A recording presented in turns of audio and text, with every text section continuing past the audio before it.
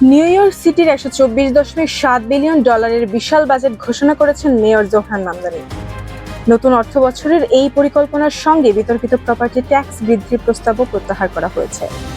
নগর অর্থনীতির ভারসাম্য এবং জনসেবার অগ্রাধিকারকে কেন্দ্র করে এই সিদ্ধান্ত এখন ব্যাপক আলোচনায় রয়েছে। শহরের ব্যয় ব্যবস্থাপনা এবং ভবিষ্যৎ উন্নয়ন পরিকল্পনার একটি গুরুত্বপূর্ণ দিক হিসেবে এই বাজেটকে দেখা হচ্ছে। সিটি প্রশাসনের ব্যাখ্যায় বলা হয়েছে, শিক্ষা, গণপরিবহন, আবাসন, জননিরাপত্তা এবং সামাজিক সেবা খাতকে অগ্রাধিকার দিয়ে বাজেট তৈরি করা হয়েছে। সরকারি স্কুলের উন্নয়ন, সাবওয়ে নিরাপত্তা জোরদার এবং নিম্ন আয়ের বাসিন্দাদের সহায়তার জন্য অতিরিক্ত বরাদ্দ রাখা হয়েছে। নগর জীবনের মৌলিক সেবাগুলোকে শক্তিশালী করার লক্ষ্যই এই পরিকল্পনার মূল দিক। এই বাজেট নগর ব্যবস্থাপনার স্থিতিশীলতা আনার লক্ষ্য বহন করছে।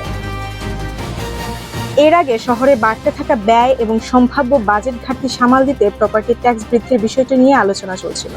তবে জনমত এবং রাজনৈতিক চাপের প্রভাবে শেষ পর্যন্ত সেই প্রস্তাব থেকে সরে আসেন প্রশাসন।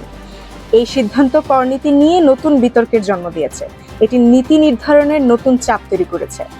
মেয়র জোহরান মামদানি জানিয়েছেন, কর বৃদ্ধি ছাড়াই ব্যয় পুনর্বিন্যাস, প্রশাসনিক সাশ্রয় এবং বিকল্প রাজস্ব ব্যবস্থার মাধ্যমে বাজেটের ভারসাম্য রক্ষার চেষ্টা করা হয়েছে। সমালোচকদের মতে, কিছু অংশ এখনো অস্থায়ী আয়ের উপর নির্ভরশীল, ফলে ভবিষ্যতে আর্থিক চাপ তৈরি হতে পারে। অভিবাসন ব্যয়, আবাসন সংকট এবং নগর পরিচালনার ব্যয় নিয়ে উদ্বেগ রয়েছে। বিশ্লেষকদের মতে, নতুন কৌশল গ্রহণ জরুরি হতে পারে।